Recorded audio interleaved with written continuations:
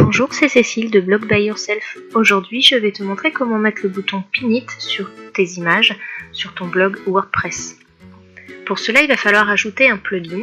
Donc, tu vas aller dans ton menu, dans ton back-office, dans les extensions, cliquer sur Ajouter et chercher un plugin qui s'appelle jQuery Pin It Button for Images.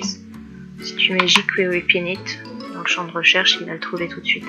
Voilà, c'est le premier plugin ici, donc on clique sur Installer.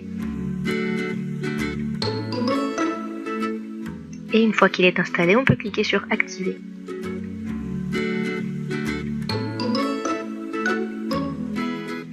Voilà, alors pour retrouver la page des réglages, il suffit de retourner dans ces extensions, les extensions qui sont installées cette fois. Et voilà, on voit le plugin est ici, on clique sur Settings. Alors, il y a plusieurs onglets, mais le seul qui est vraiment important, c'est Visual. On peut regarder un petit peu, je fais un petit tour du premier onglet.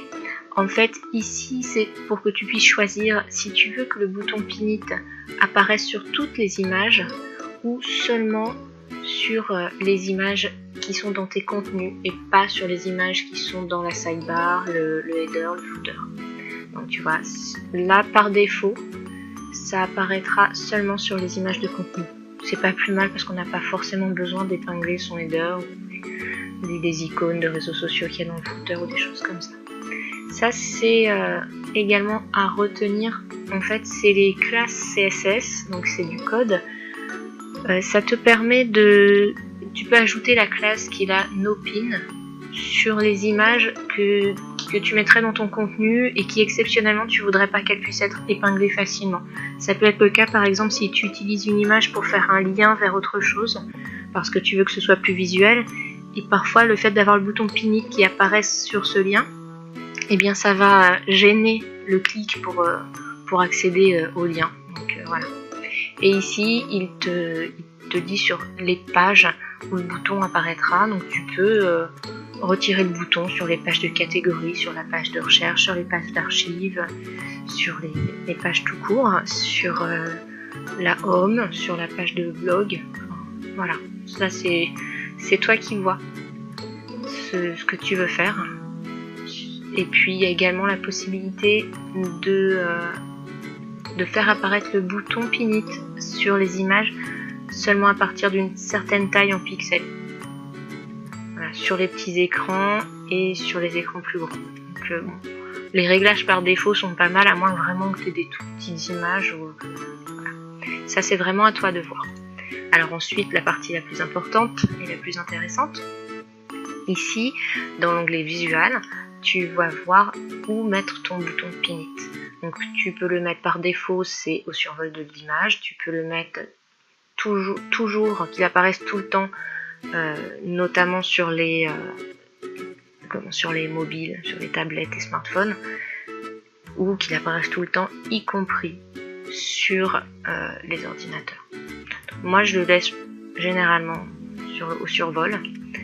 Ici c'est, alors si tu as lu mon article sur la description des images Pinterest, et comme c'est important, notamment pour glisser quelques mots-clés, c'est ici que tu vas pouvoir choisir où ce bouton-là ira chercher le titre, la description. Donc par défaut, les réglages par défaut sont bien.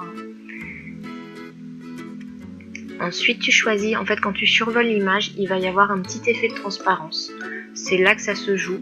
Plus tu vas mettre proche de 1, et plus ton image va devenir transparente quand on va passer par-dessus. Par exemple, là sur Blog by Yourself, voilà, il y a un très léger effet, c'est 0,2 quoi.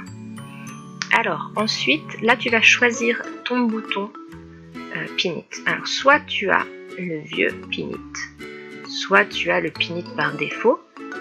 Et là, bon, dans la version gratuite du plugin, tu as que ce bouton-là, avec le P dans un cercle, et tu peux choisir ensuite si tu veux qu'il soit petit, normal, grand, et avec les bords carrés, les bords arrondis, qu'il soit complètement dans un rond, qu'il soit dans un rectangle, qu'il soit dans un rectangle au coin arrondi.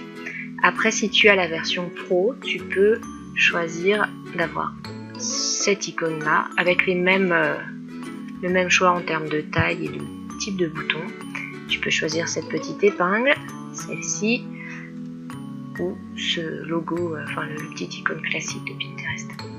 Et le plus intéressant en fait, c'est que tu peux, même dans la version gratuite, hein, pas forcément dans la version pro, tu peux avoir ton image à toi. Donc tu te fais ta petite épingle, une petite image en PNG généralement, hein, pour que le fond soit transparent. Et puis tu vas aller la chercher ici. Donc là tu vas choisir le fichier que tu veux mettre.